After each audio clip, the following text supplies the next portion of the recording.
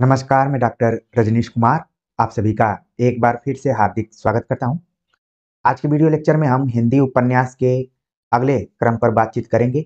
इसके पहले हमने डॉक्टर बच्चन सिंह के हिंदी साहित्य के दूसरे इतिहास के आधार पर हिंदी उपन्यासों के उदय की पृष्ठभूमि को लेकर और हिंदी में प्रारंभिक उपन्यास किन विषय वस्तुओं पर लिखे जा रहे थे, उनके ऊपर चर्चा कर ली है। आज के वीडियो लेक्चर में हम चर्चा करेंगे कि हिंदी उपन्यासों का आगे का विकास क्रम कैसा रहा, प्रेमचंद के उपन्यासों की विषय वस्तु, पात्र, संवाद योजना किस तरीके की रही। हम देखेंगे कि प्रेमचंद के जो भी उपन्यास हैं, सेवा सदन से लेकर मंगलसूत्र तक के उपन्यास आपस में एक दूसरे से जुड़े हुए हैं। किस तरीके से जुड़े हैं हम लेक्चर में देखने का प्रयास करेंगे। किसानों पर कितने तरीके से प्रेमचंद ने उपन्यास लिखा, हम जब इस पूरे लेक्चर को देखेंगे तो ये हमें महसूस होगा कि प्रेमचंद लगातार किसान जीवन को ध्यान में रखते हुए उपन्यास लिखते रहे। वो कौन कौन से उपन्यास हैं जो कि इसके पड़ाव के अंतर्गत आते हैं। ये वीडियो लेक्चर उन विद्यार्थियों के लिए भी बहुत महत्वपूर्ण है जो पीएचडी सिनॉप्सिस को लेकर चिंतित हैं और किसी विषय की खोज में है, तो वो भी यहाँ से एक कोई नए विषय वस्तु को लेकर शोध कर सकते हैं। तो कई मायनों में आज का ये लेक्चर महत्वपूर्ण है। हमारी कोशिश है कि आप सभी का फैक्चुअल तरीके से ज्ञान बढ़े, साथ में कॉन्सेप्ट भी क्लियर हो। तो जो आप देख रहे हैं यहाँ पर हेडिंग दी गई है स्वच्छंदतावाद युग, यानी कि इसके पहले हमने भारतेंदु योगीन उपन्यासों और उपन्यासकारों पर चर्चा की थी। बीच में द्विवेदी योगीन काल में कुछ उपन्यासों की संख्या कम रही, बहुत ज्यादा उपन्यास नहीं लिखे गए, लेकिन स्वच्छंदतावाद युग जब शुरू हुआ तो ये आप देख रहे हैं कि द्विवेदी योगीन और छायावादी दोनों काल क्रमों को एक तरीके से समावेशित करने वाला युग है। यानी आप देख सकते हैं कि सन 1900 से लेकर 1936 तक के जितने उपन्यास लिखे गए थे, इस युग में आप उसको शामिल कर सकते हैं। तो देखा जाए तो स्वच्छंदता युग के उपन्यास अपने पूर्ववर्ती उपन्यासों से प्रवृत्ति और विन्यास दोनों में भिन्न है। यानी स्वच्छंदतावादी जितने भी उपन्यास लिखे गए अपने पूर्ववर्ती यानी पहले के जो उपन्यास लिखे गए थे, यानी भारतेंदु योगीन उपन्यासों की प्रवृत्ति और विन्यास यानी शैली के दृष्टिकोण से भिन्न रहे। अभी तक उपन्यास तिलस्मी, भूल भुलैया, जासूसी चमत्कार, जादुई ऐतिहासिक रोमांस के चारों ओर चक्कर काट रहे थे। दो चार सामाजिक उपन्यास उस समय लिखे गए, वे शुद्ध उपदेशात्मक हैं। यानी कि स्वच्छंदतावाद युग से पहले जो भी उपन्यास लिखे गए, ज्यादातर की विषय वस्तु क्या रही? तिलस्मी, भूल भुलैया, जासूसी, जादुई ऐतिहासिक रोमांस के ही आसपास विषय वस्तु घूमती रही, जिसमें कल्पना की बहुत ज्यादा इसमें कल्पना का रोल रहा। उस समय भी दो चार सामाजिक उपन्यास लिखे गए थे। सामाजिक उपन्यास कहने के लिए थे, लेकिन उनका जो उद्देश्य था वो क्या था? उपदेश परक था, यानी कि सुधारवाद को ध्यान में रखते हुए ही उपन्यास लिखे गए थे। ऐसी स्थिति में नए नए उपन्यासों को पूर्ववर्ती उपन्यासों की निरंतरता में नहीं, विच्छिन्नता में देखा जाना चाहिए। प्रेमचंद इसी विच्छिन्नता को लेकर आए। यहाँ बच्चन सिंह साफ साफ बता रहे हैं कि प्रेमचंद के पूर्व जितने भी उपन्यास लिखे गए उनकी प्रवृत्ति और विन्यास अलग ढंग के रहे, लेकिन उसके बाद जो स्वच्छंदतावाद युग शुरू हुआ और उसमें केंद्र में रहे प्रेमचंद, और प्रेमचंद अपने पूर्ववर्ती उपन्यासों से अलग विषय वस्तु लेकर आए और शैली भी अलग लेकर आए। उपन्यास कोरे मनोरंजन के दायरे से निकलकर पहली बार समाज से जुड़े। ये रही प्रेमचंद के आने की सबसे खास विशेषता कि जो उपन्यास शुरुआती दौर में मनोरंजन के दायरे में फंसे हुए थे, उनको पहली बार प्रेमचंद ने समाज से जोड़ने का कार्य किया। ये देखिए यहाँ पर ध्यान में रखने वाली बात है, क्योंकि कथन और तर्क पर आधारित जो प्रश्न पूछे जाते हैं, मान लीजिए एक कथन दे दिया जाएगा और पूछा जाएगा कि प्रेमचंद ने अपने पूर्ववर्ती उपन्यासों की प्रवृत्ति और विन्यास से अलग उपन्यास लिखा, और कारण दे दिया जाएगा कि उपन्यास को कोरे मनोरंजन के दायरे से निकालकर पहली बार समाज से जुड़े, तो आप देख रहे हैं कि दोनों कथन सही हो जाएंगे। ऐसे ही सवाल बनते हैं कथन कारण तर्क के, क्योंकि बहुत सारे विद्यार्थी कमेंट्स करते हैं कि ऐसे सवालों का हम जवाब कैसे दें, तो उनके लिए इसी तरीके से लाइन बाय लाइन आपको किताबें पढ़नी पड़ेंगी। तो मैं बता रहा था कि प्रेमचंद से पूर्व उपन्यासों की विषय वस्तु अलग ढंग की थी, उसमें कल्पना और मनोरंजन का ज्यादा समावेश था। लेकिन पहली बार प्रेमचंद ने मनोरंजन और कल्पना से बाहर निकालते हुए उपन्यासों को समाज से जोड़ा, समाज की समस्याओं से जोड़ा। अतः प्रेमचंद का आगमन एक ऐतिहासिक घटना के रूप में लेना चाहिए। अगर उपन्यास के इतिहास में हम देखें तो प्रेमचंद ने अपने उपन्यासों के माध्यम से, अपनी लेखनी के माध्यम से एक ऐतिहासिक घटना के रूप में देखे जा सकते हैं। आगे बच्चन सिंह लिखते हैं कि इसके बावजूद प्रेमचंद स्वच्छंदतावाद से मुक्त नहीं है, क्योंकि अपने परिवेश से कोई भी पूर्णतः मुक्त नहीं हो सकता। प्रेमचंद इस काल के केंद्रीय उपन्यासकार थे। ठीक है। अगर दूसरे उपन्यासकार का नाम लिया जाए तो उनका नाम है जैनेन्द्र।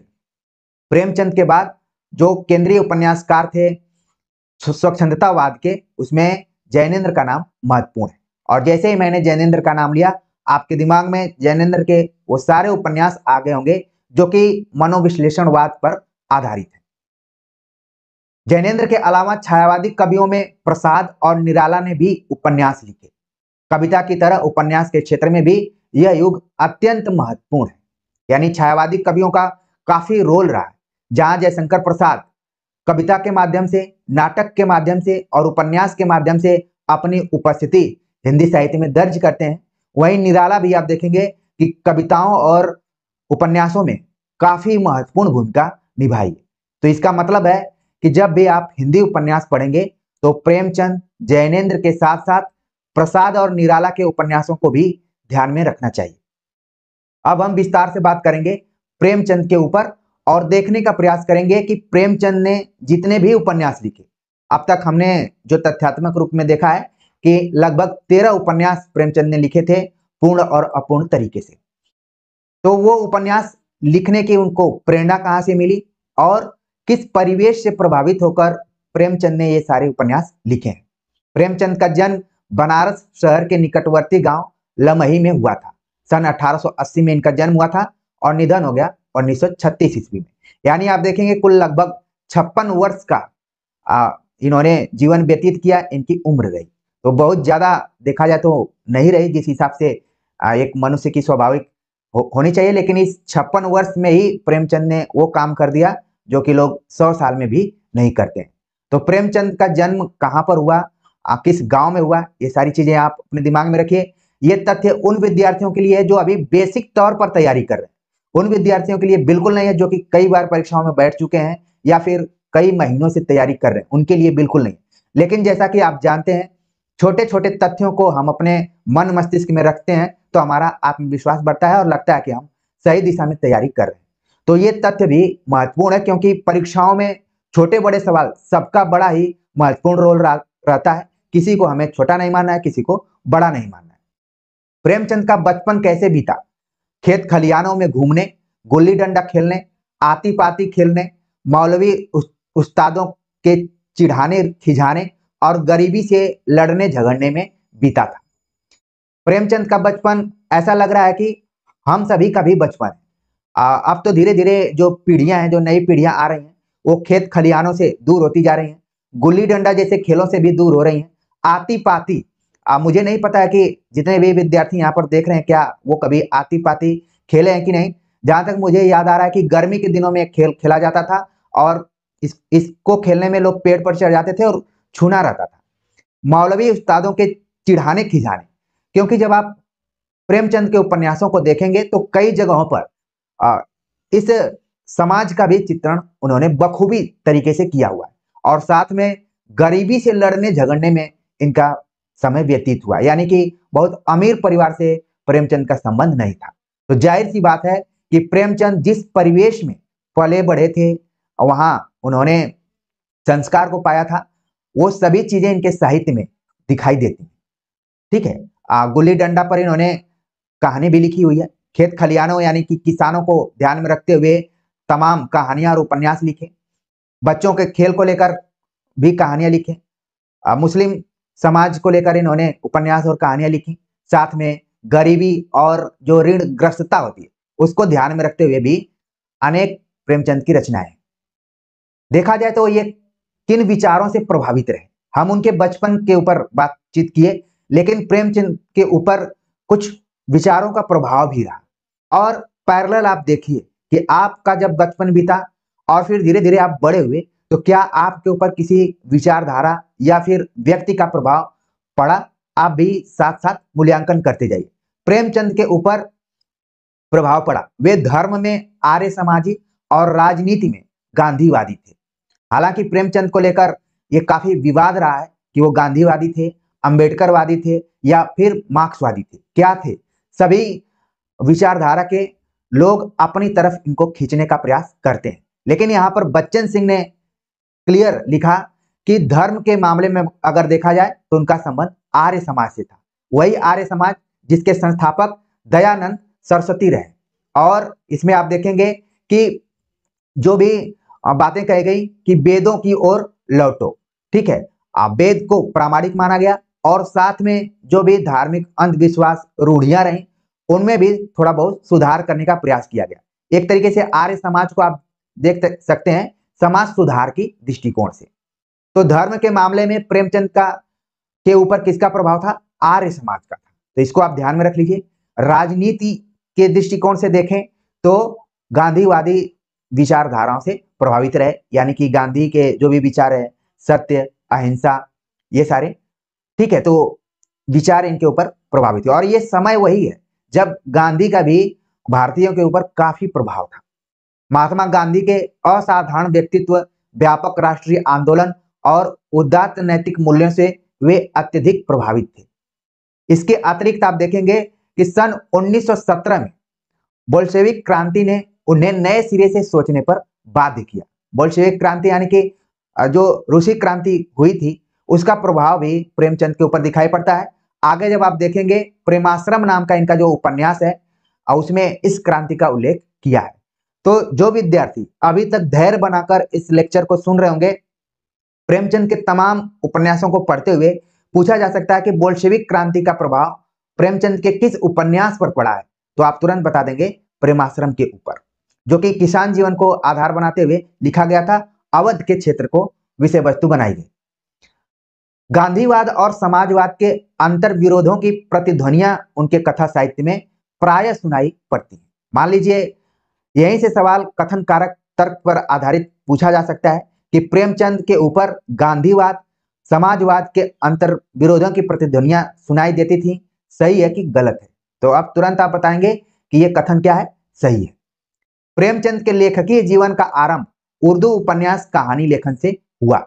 जैसा कि आप किताबों में पढ़ते हैं कि प्रेमचंद शुरुआती दौर में उर्दू में लिखते थे, बाद में इनके उर्दू उपन्यासों का हिंदी में अनुवाद किया गया।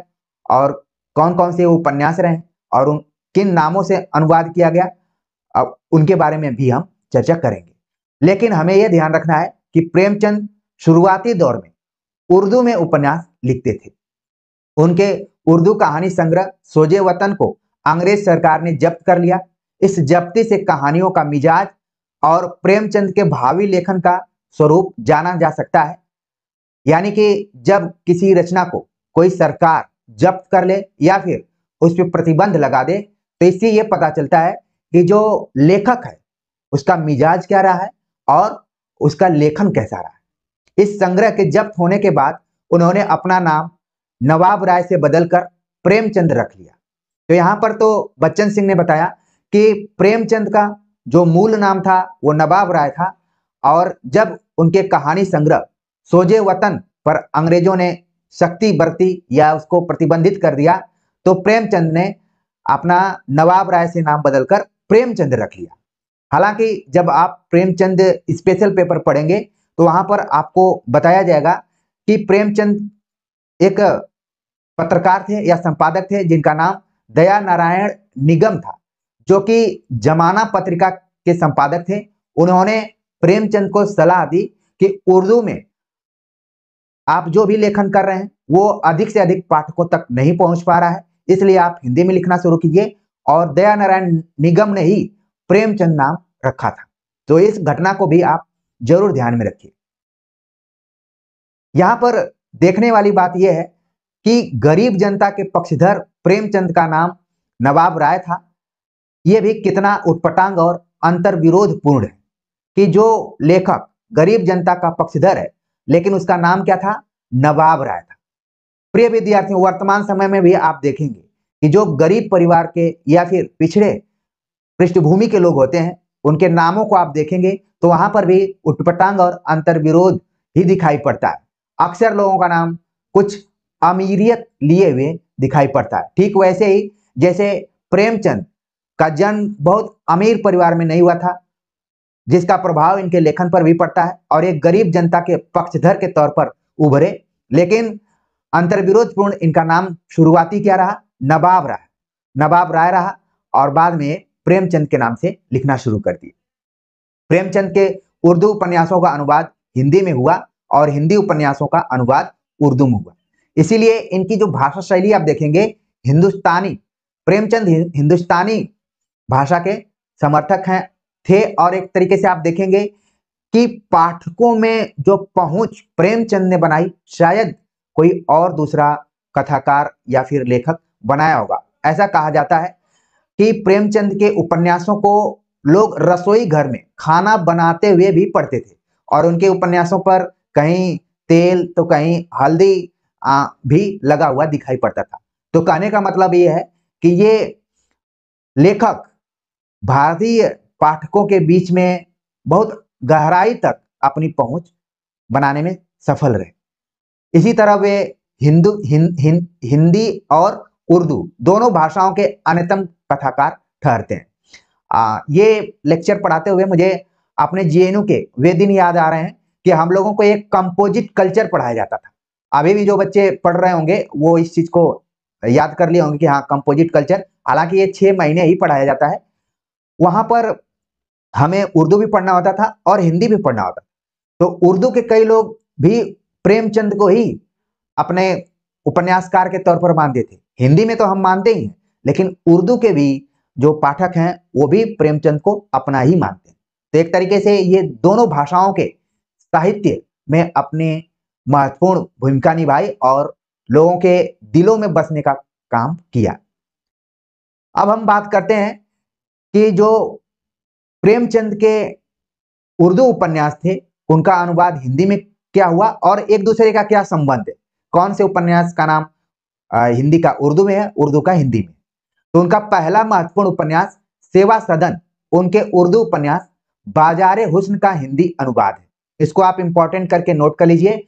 जो विद्यार्थी कई महीनों से तैयारी कर रहे हैं, कई परीक्षाओं में बैठ चुके हैं, वो ऑलरेडी इस जानकारी को जान रहे होंगे। उनके लिए रिवीजन है। यानी सेवा सदन का संबंध किससे है, बाजारे हुस्न से। कायाकल्प उनका पहला उपन्यास है जिसकी पांडुलिपि हिंदी में मिलती है। यह भी बड़ा महत्वपूर्ण तथ्य है कि शुरुआती जो उपन्यास उर्दू में इन्होंने लिखे उसका हिंदी में अनुवाद किया गया। और देखिए आपके मन में आ गया होगा कि औरों का हम क्यों नहीं बताया अभी कि उनका उर्दू नाम क्या है। तो घबराने की जरूरत नहीं है, आगे आगे आप देखिए क्या क्या हम बताते हैं। तो सेवा सदन कई बार परीक्षाओं में पूछा गया है। बाजारे हुस्न, इसको अपने दिमाग के फोल्डर में आप बिल्कुल सेव कर लीजिए। अब बात करते हैं कि प्रेमचंद ने वो पहला कौन सा उपन्यास लिखा जो कि उसकी पांडुलिपि जो है हिंदी में लिखी गई थी। पांडुलिपि आप देखेंगे जो हस्तलिखित मैटर होता है उसको हम पांडुलिपि कहते हैं। पांडुलिपि वो विद्यार्थी ज्यादा जल्दी समझ पाएंगे जो पीएचडी करते हैं। पीएचडी आप जो प्रिंटेड देखते हैं वो सही मायने में पहले प्रिंटेड नहीं होता है, बल्कि इसके पीछे बहुत काम करना पड़ता है। मैं ईमानदारी से पीएचडी करने वालों की बात कर रहा हूँ। वो कई बार हाथों से लिखा जाता है, उसमें संशोधन किया जाता है, तो इसको क्या कहते हैं, पांडुलिपि, यानी जो कच्चा मैटर है। तो प्रेमचंद का जो पहला उपन्यास हिंदी पांडुलिपि में था वो कौन था, कायाकल्प। हिंदी भाषा के महत्व और व्याप्ति को देखते हुए वे हिंदी भी लिखने लगे। यानी जैसा कि मैंने पहले बताया कि शुरुआत में उर्दू में लिख रहे थे, लेकिन हिंदी भाषा के महत्व और व्याप्ति यानी विस्तार को देखते हुए वो फिर हिंदी में लिखना शुरू कर दिए, लगातार हिंदी में लिखना शुरू किए। अब देखिए प्रेमचंद का वही समय है जब हिंदी साहित्य में सरस्वती पत्रिका निकल रही थी और सरस्वती पत्रिका के माध्यम से महावीर प्रसाद द्विवेदी हिंदी भाषा, लिपि खड़ी बोली के मानक रूप को परिनिश्चित कर रहे थे और साथ में नागरी लिपि का कैसे विकास हो उसको लेकर बहुत सारे मंथन हो रहे थे। और यही नहीं, गांधी जी दक्षिण भारत हिंदी प्रचार सभा और तमाम संस्थाओं की स्थापना कर रहे थे और साथ में राजनीतिक रूप से, सामाजिक रूप से लगातार हिंदी भाषा के विकास को लेकर चिंतन मनन हो रहा था और साथ में स्वाधीनता आंदोलन भी चल रहा था। और स्वाधीनता आंदोलन में हिंदी का जो रोल था उसका महत्व समझते हुए जितने भी राजनीतिज्ञ थे अलग अलग अपने विचार दिए। उस वक्त में प्रेमचंद लिख रहे थे तो स्वाभाविक था कि इनके ऊपर ये प्रभाव पड़ना था और बाद में इन्होंने हिंदी में ही व्यवस्थित रूप से लिखना शुरू कर दिया। सेवा सदन 1918 में इनका प्रकाशित होता है। सेवा सदन को प्रेमचंद ने स्वयं हिंदी का बेहतरीन नॉवेल कहा है। और जब ये आप पॉइंट देख रहे हैं तो आपको CUET का पेपर 2023 वाला याद आ गया होगा। उसमें सीधे सीधे ये सवाल पूछा गया था कि प्रेमचंद ने स्वयं हिंदी का बेहतरीन नॉवेल अपने किस उपन्यास को कहा है। ऑप्शन में सेवा सदन, गोदान, प्रेमाश्रम, कर्मभूमि इत्यादि हैं। लेकिन बहुत सारे विद्यार्थियों को लगेगा कि प्रेमचंद हो सकता है कि गोदान को हिंदी का बेहतरीन नॉवेल कहा हो, लेकिन प्रेमचंद ने किस उपन्यास को कहा? सेवा सदन को कहा। सेवा सदन जिसका प्रकाशन 1918 ईस्वी में हुआ, इसको प्रेमचंद ने स्वयं हिंदी का बेहतरीन नॉवेल कहा है। यह तथ्य आपको वन लाइनर किताबों में कम मिलेगा भी तो पेपर को देखने के बाद किताबों को संशोधित करते हुए हो सकता है कि जोड़ दिया जाए। लेकिन जिस चैनल से आप जुड़े हुए हैं यहाँ पर तो हर बार के पेपर को देखते हुए आपको नई दृष्टि देने का प्रयास किया जाता है और कोशिश यही रहती है कि प्रयास से जुड़कर आप अपने प्रयास को जोड़ते हुए अपने लक्ष्य तक पहुंचिए।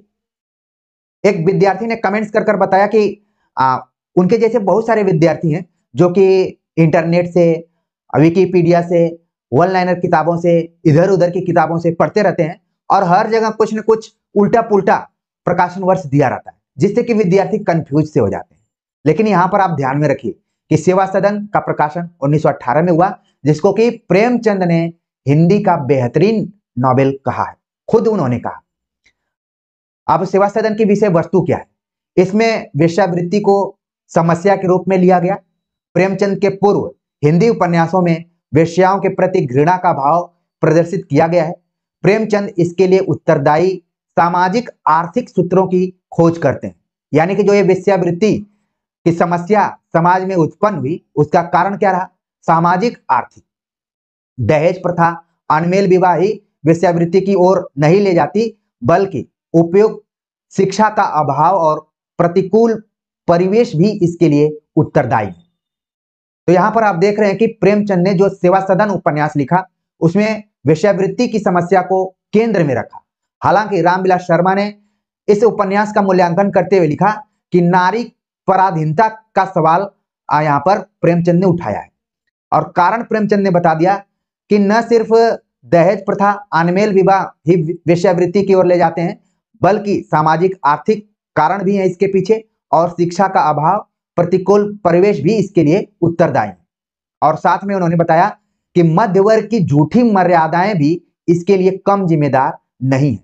इस मर्यादा को प्रेमचंद लगातार तोड़ते रहे हैं, पर इस समस्या का जो आर्य समाजी हल प्रेमचंद ने दिया है वह बहुत कारगर नहीं है।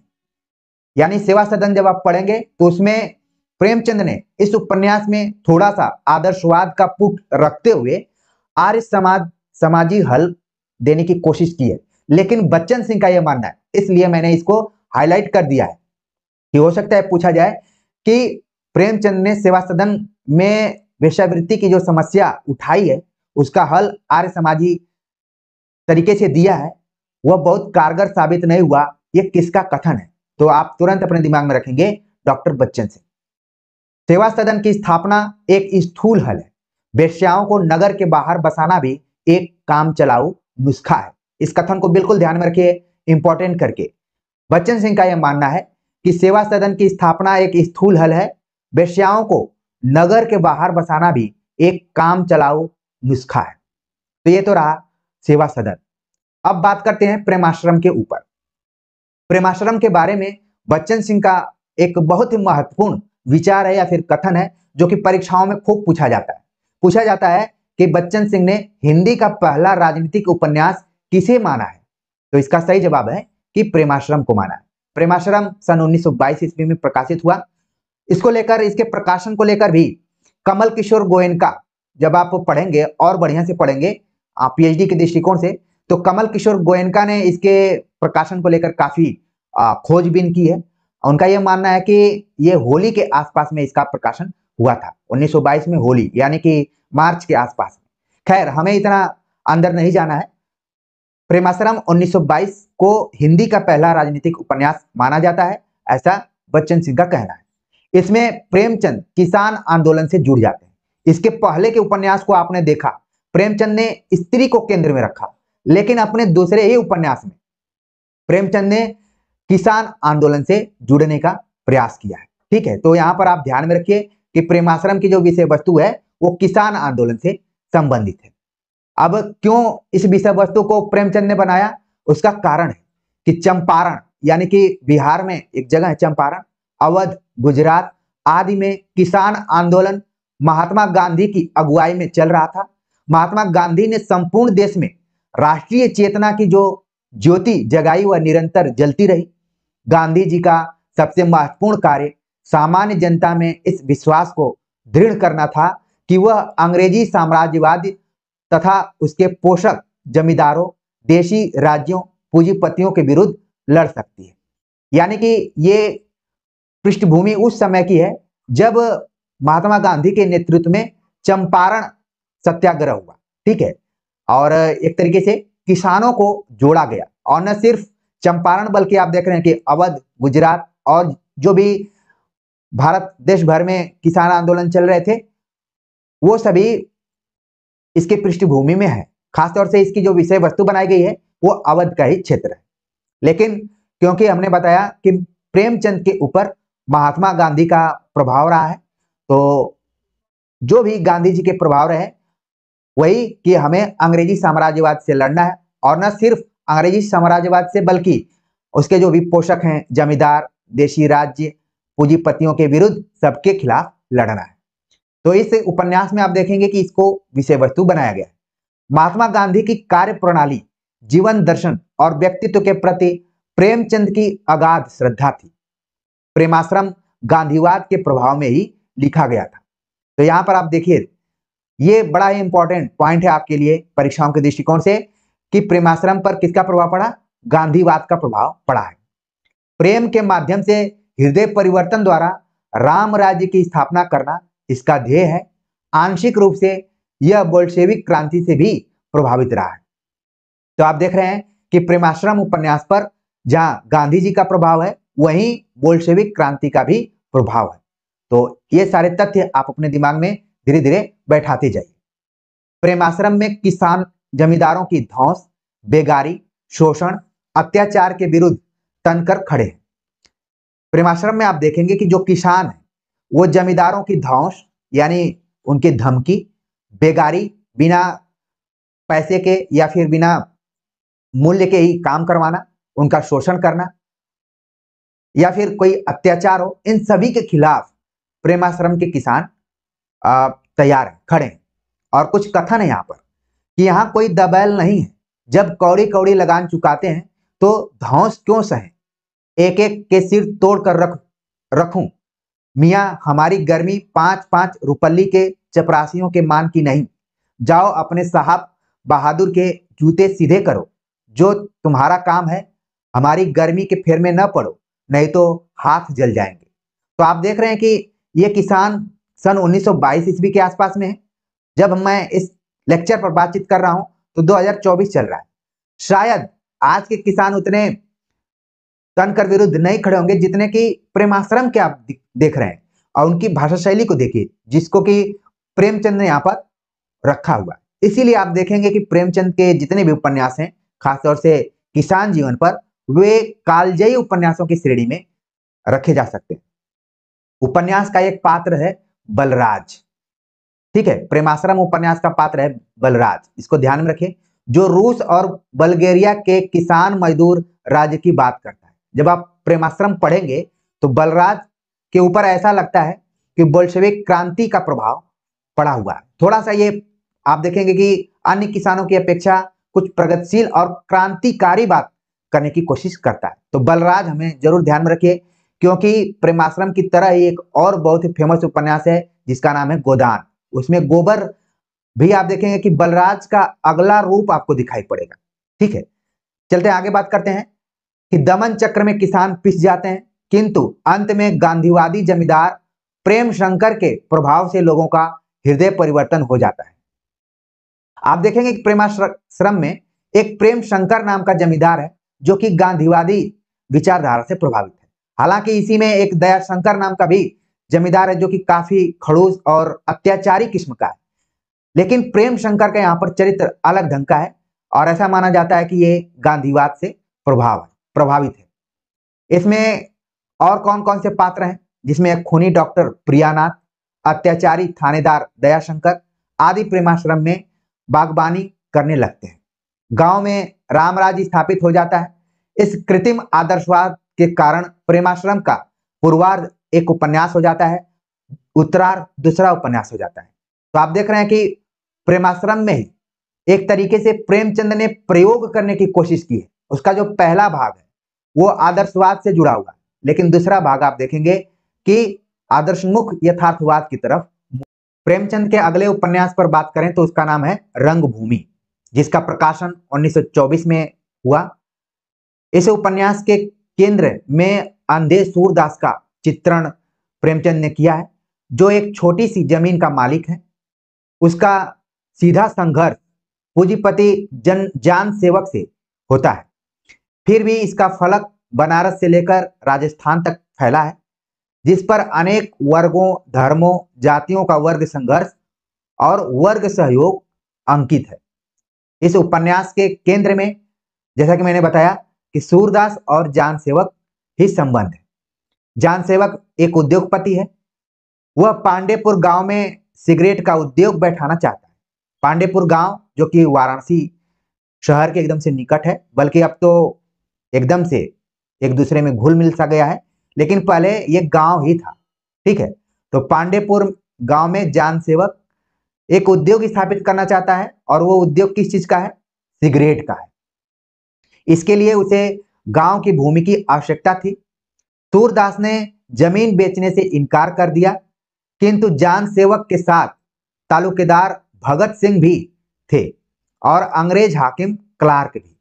तो आप देख रहे हैं कि इस पॉइंट में रंगभूमि उपन्यास के जो प्रमुख पात्र हैं उनका नाम दिखाई पड़ रहा है। जान सेवक, ठीक है, सूरदास, इसके बाद तालुकेदार भगत सिंह, हाकिम अंग्रेज जो क्लार्क है।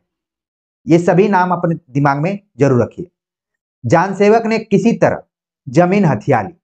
अब गांव खाली कराने की बारी आई। अन्य लोगों ने गांव खाली करा दिया, पर सूरदास अपनी झोपड़ी छोड़ने को तैयार न था। पुलिस बुलाई गई।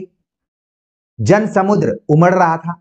पुलिस ने गोली चलाने से इनकार कर दिया। गोरखा फौज बुलाई गई। सूरदास डरा कि इस बार बहुत लोग मारे जाएंगे, अतः अन्याय के विरुद्ध उसने अकेले लड़ने का निश्चय किया। वह भीड़ को संबोधित करता है, आप लोग मेरी सहायता करने नहीं आए हैं।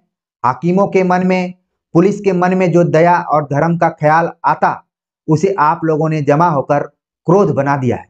मैं हाकिमों को दिखा देता कि एक दीन अंधा आदमी एक फौज को कैसे पीछे हटा देता है।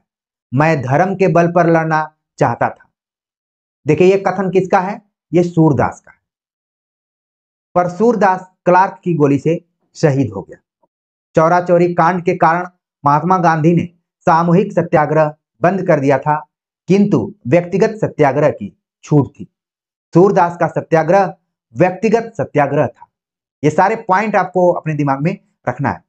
पुलिस और हाकिम के मन में दया धर्म पैदा करने का सिद्धांत कितना खोखला है, इसे सूरदास की मौत से समझा जा सकता है। इसका स्पष्ट संकेत प्रेमाश्रम में मिल चुका है। तो यानी कि प्रेमचंद के हर उपन्यास एक दूसरे से जुड़े हुए। सूरदास की मुख्य कथा के साथ विनय सोफिया की गौड़ कथा भी चलती है। यहाँ पर सूरदास जान सेवक की कथा तो चल रही थी, एक गौड़ कथा भी चलती है जिसके नायक नायिका हैं विनय और सोफिया। इसको ध्यान में रखिए, पूछा जाता है कि सोफिया प्रेमचंद के किस उपन्यास की पात्र है। इस कथा के माध्यम से अंग्रेज साम्राज्यवादियों के अत्याचारों, रियासती राजाओं की क्रूरताओं से पिसती हुई प्रजा की दयनीय दशा का चित्रण भी हुआ है। सोफिया ईसाई होकर भी हिंदू से प्रेम करती है। प्रेम धर्म से ऊपर होता है। छायावादी कवियों की तरह प्रेमचंद ने इसे उपन्यास में भी चित्रित किया है। कर्मभूमि में मुसलमान लड़की और हिंदू लड़के का प्रेम वर्णित है। छायावादी प्रेमिकाओं की तरह उनमें भी वेदना की कसक और राष्ट्रीयता है, पर उपन्यास की बुनावट में दोनों कथाएं अलग अलग दिखाई पड़ती हैं। तो यहाँ पर बच्चन सिंह ने यह संकेत किया है कि प्रेमचंद न सिर्फ उस समय के समाज और राजनीति से प्रभावित थे, बल्कि जो साहित्य लेखन चल रहा था, खासतौर से जो छायावादी कवि थे, उनका भी प्रभाव इनके उपन्यासों पर दिखाई पड़ता है। सोफिया किस धर्म से है? ईसाई धर्म से है। इसको आप जरूर ध्यान में रखें। यानी कि रंगभूमि में और कर्मभूमि में दोनों में एक गौण कथा चलती है, जिसमें कि अंतर धर्म यानी कि एक धर्म के व्यक्ति दूसरे धर्म के व्यक्ति से प्रेम करते हैं, ये भी चीज दिखाई पड़ी है। महात्मा गांधी औद्योगिकीकरण के विरुद्ध थे। वे देश की अर्थव्यवस्था में कुटीर उद्योग के समर्थक थे। इससे दो लाभ थे, एक तो बेरोजगारी की समस्या हल होती थी, दूसरे उद्योग जन गंदगी, आपाधापी, हुल्लड़बाजी आदि पनपने नहीं पाती थी। नए संदर्भों में कुटीर उद्योग में पुनर्विचार की आवश्यकता है। सूरदास पूर्णतः गांधीवादी है, यहां पर भी इस चीज को ध्यान में रखना है। इसके पहले प्रेम शंकर के बारे में बताया गया कि गांधीवादी है, सूरदास को भी बताया जा रहा है कि गांधीवादी है। तो इस तरीके से प्रेमचंद के उपन्यासों पर गांधीवाद का किस हद तक प्रभाव था, इसका धीरे धीरे आभास आप सभी को होने लगा होगा। आवश्यकता है कि गांधी जी के हिंद स्वराज पर नए सिरे से विचार किया जाए और पश्चिम के अंधानुकरण से बचकर अपनी स्वस्थ किसानी परंपरा से जुड़ा जाए, ये बात कर रहे हैं बच्चन सिंह। रंगभूमि के बाद जो दूसरा अगला उपन्यास है उसका नाम है कायाकल्प। जैसा कि हमने ऊपर बताया कि कायाकल्प प्रेमचंद के उपन्यासों में पहला उपन्यास है जिसकी पांडुलिपि हिंदी में थी। वही उपन्यास 1926 के अलौकिक और अतिरंजनापूर्ण प्रसंग जैसे बाबाओं के चमत्कार, पूर्व जन्म की स्मृतियां, वृद्धा को तरुणी में बदलना, प्रेमी युगल का नक्षत्र लोक का सैर सपाटा आदि प्रेमचंद के कथा साहित्य के क्षेपक प्रकरण मालूम पड़ते हैं। अतः कायाकल्प पर विचार करना अप्रासंगिक है। इसलिए आप देखेंगे कायाकल्प जैसे उपन्यासों पर बहुत ज्यादा आपको आलोचनात्मक या समीक्षात्मक पुस्तकें नहीं मिलती। तो बस सिर्फ इतना ध्यान में रखिए कि कायाकल्प का प्रकाशन वर्ष कब हुआ था और इसमें किस तरीके की विषय वस्तु को बनाया गया। अलौकिक और अतिरंजनापूर्ण प्रसंग को प्रेमचंद ने उठाया है। प्रेमाश्रम के बाद दूसरा महत्वपूर्ण उपन्यास गबन, जिसका प्रकाशन सन 1930 ईस्वी है। कई किताबों में 1931 ईस्वी भी दिखाई पड़ता है। तो प्रेमाश्रम यानी कि जो उपन्यास 1922 में लिखा गया था, उसके बाद प्रेमचंद का अगर महत्वपूर्ण उपन्यास माने तो गबन उपन्यास है। और गबन उपन्यास कई महाविद्यालयों और विश्वविद्यालयों के पाठ्यक्रम में भी दिखाई पड़ता है। इसमें मध्य वर्ग की कमजोरियों का पर्दाफाश किया गया है। यानी प्रेमचंद ने फिर से एक बार मध्य वर्ग को अपने उपन्यास के केंद्र में रखा है। यह वर्ग आर्थिक दृष्टि से खोखला होता है। इस खोखलेपन को वह बाहरी टीम टाम, झूठे प्रदर्शन, बड़बोलेपन से ढांकता फिरता है। वह जो कुछ नहीं है उसी को सिद्ध करता है और जो कुछ है उसका निषेध करता है। रमानाथ इसी तरह का मध्यवर्गीय पात्र है।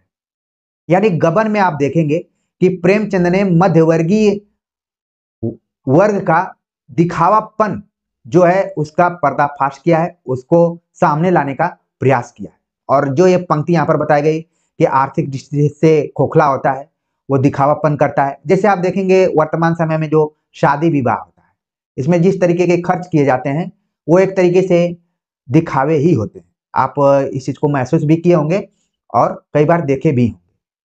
और गबन उपन्यास पढ़ेंगे तो इसमें भी रमानाथ की शादी की तैयारी किस तरीके से चल रही है, दहेज में क्या देना है, क्या लेना है, पूरी चर्चा इसमें आगे चल रही है।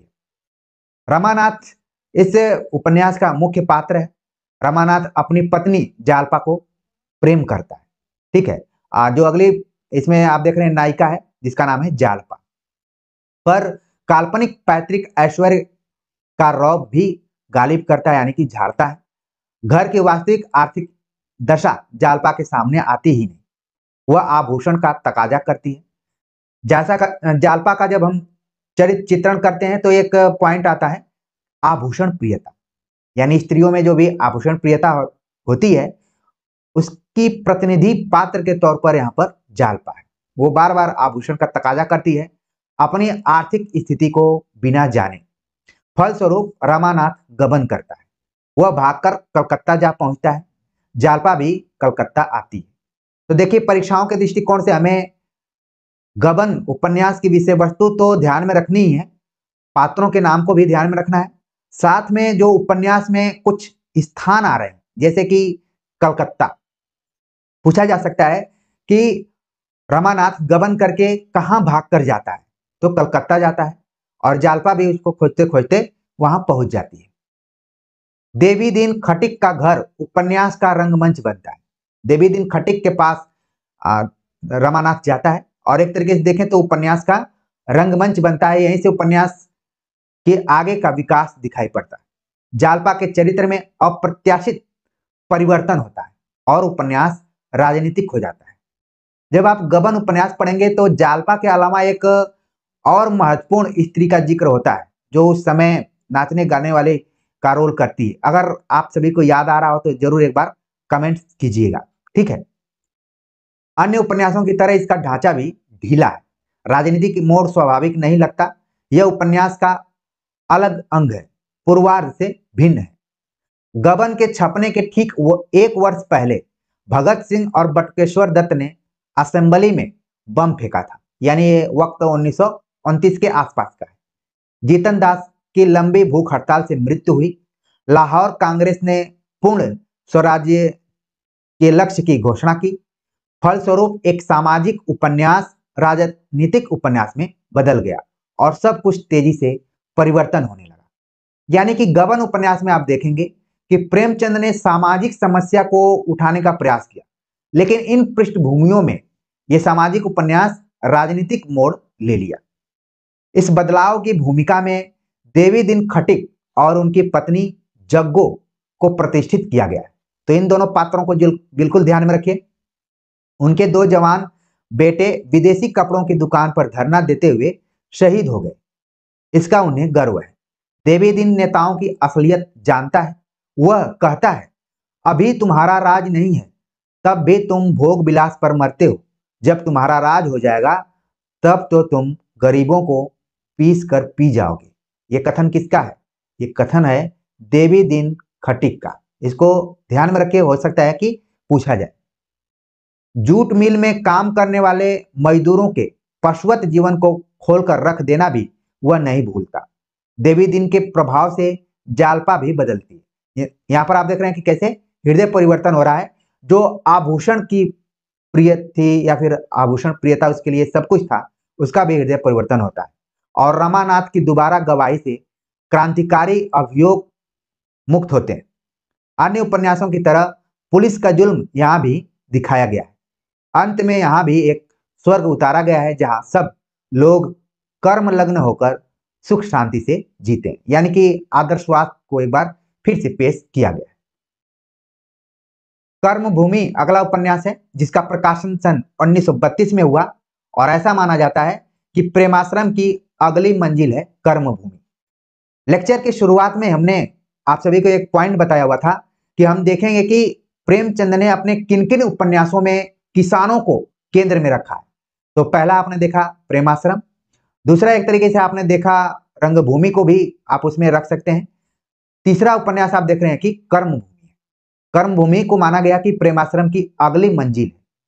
प्रेमाश्रम में केवल किसान लड़ाई के मैदान में थे, कर्मभूमि में उनके साथ मजदूर, छात्र, मध्य वर्ग, हिंदू, मुसलमान, स्त्री पुरुष, धनी निर्धन आदि सभी लोग।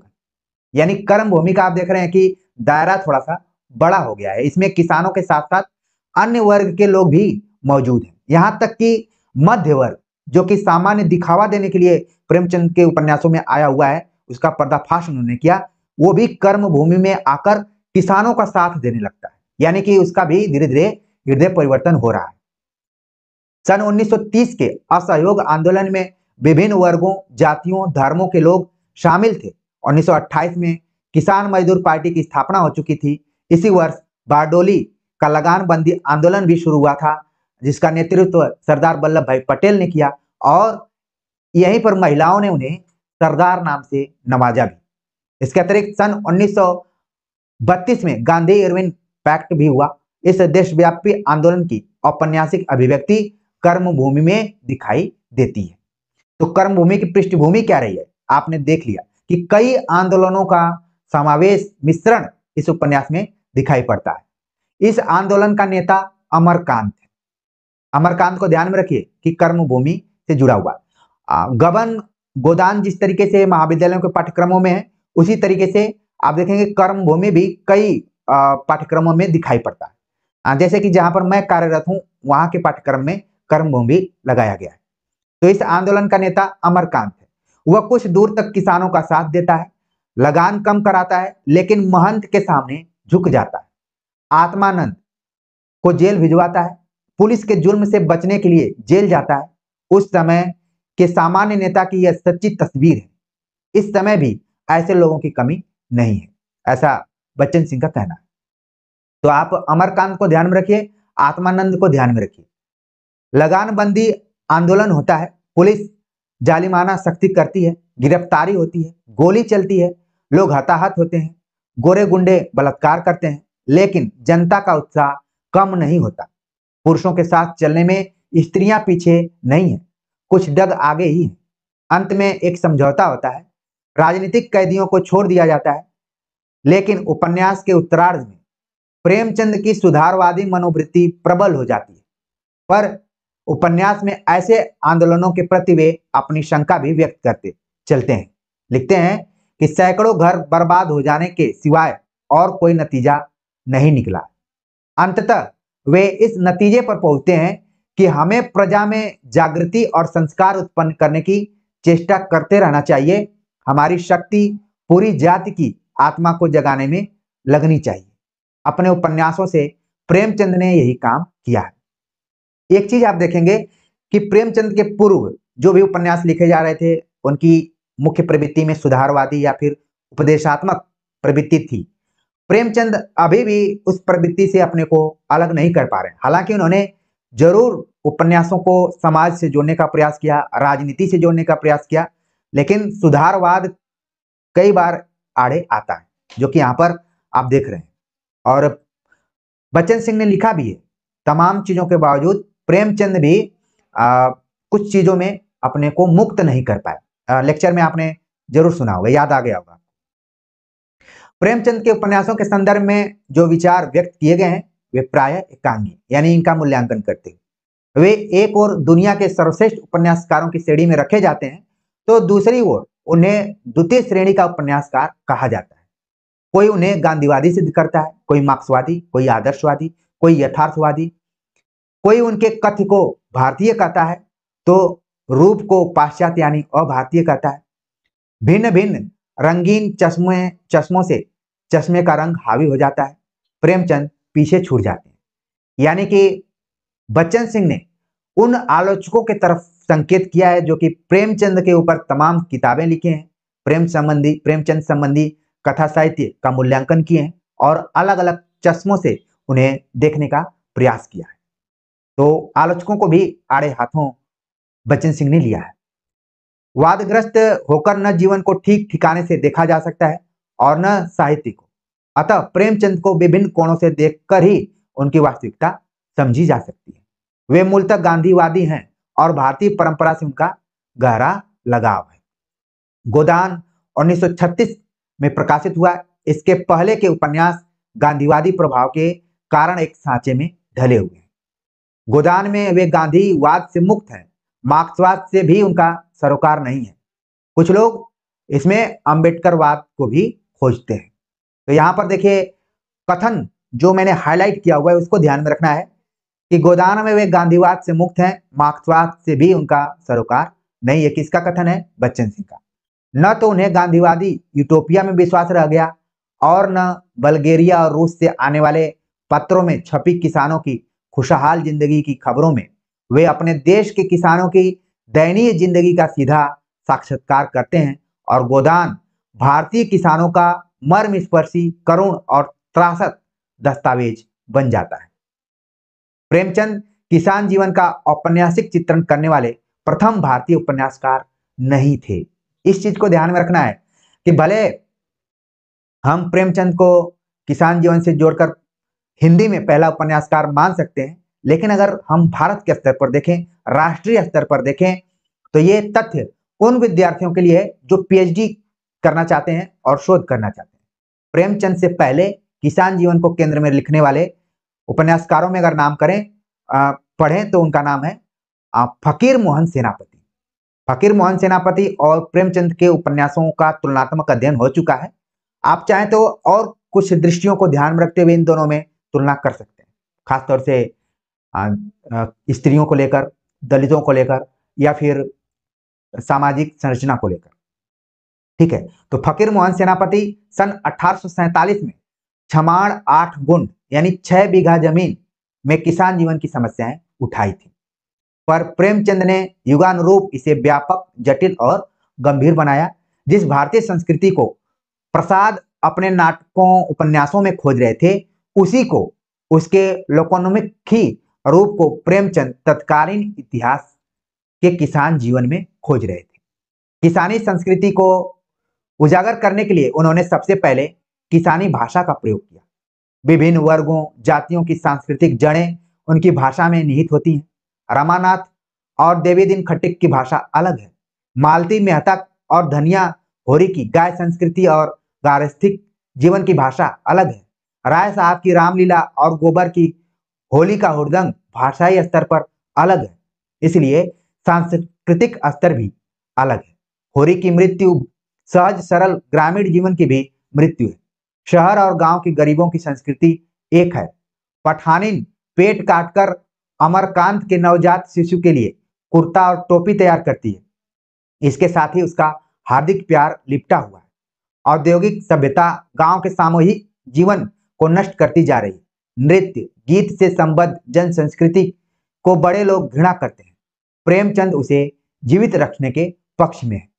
प्रेमचंद के महत्व को स्वीकार करते हुए भी उनकी कलात्मक त्रुटियों को नजरअंदाज नहीं किया जा सकता। उनके सभी उपन्यासों के कथानक शिथिल हैं।